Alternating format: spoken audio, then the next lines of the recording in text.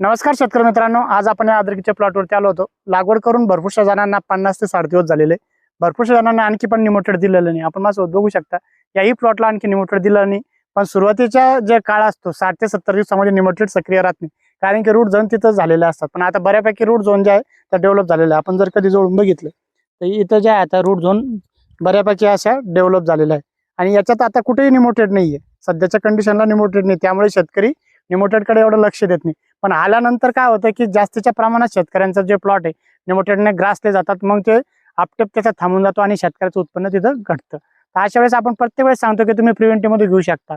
मग शेतकरी विचारता की आपण जैविक करायला पाहिजेत की अजैविक करायला पाहिजेत, तर मग आपण त्याच्यामध्ये कुठलं रिकमेंडेशन करायला पाहिजेत। तर भरपूरसे शेतकरी जे ते व्हॅलियम प्राईम सोडतात। व्हॅलियम प्राईमला तसं बघायला गेलं तर लेबल क्लेम नाहीये, पण त्याचे रिझल्ट भरपूर शेतकऱ्यांना चांगले पण येतात। त्यानंतर तुम्ही निमास्टिन असेल, मायकोझूट आणि कॉम्पॅक्ट ही जोडी जैविक मध्ये जबरदस्त रिझल्ट येतात।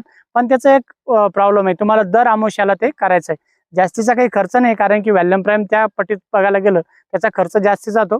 याला तुम्हाला दर अमावस्याला जर कधी तुम्ही हा निमास्टिन, कॉम्पॅक्ट आणि मायकोझूटची जर कधी जोडी दिली तर ती त्या अमावस्याच्या काळोखामध्ये ज्यावेळेस सूत्रकर्मी ज्या मुळ्यामध्ये अंडी देतात तर त्याचा जो प्रादुर्भाव आहे तो थांबून जातो। अशातच तुम्ही ती जोडी नक्कीच एकदा वापरू शकता। तर तुम्हाला जैविक मध्ये करायचं झालं तर तुम्ही ती जोडी नक्की वापरा। शेतकरी मित्रांनो, जर कधी आमचा व्हिडिओ आवडला असेल तर व्हिडिओला शेअर आणि फॉलो करायला विसरू नका। धन्यवाद शेतकरी मित्रांनो।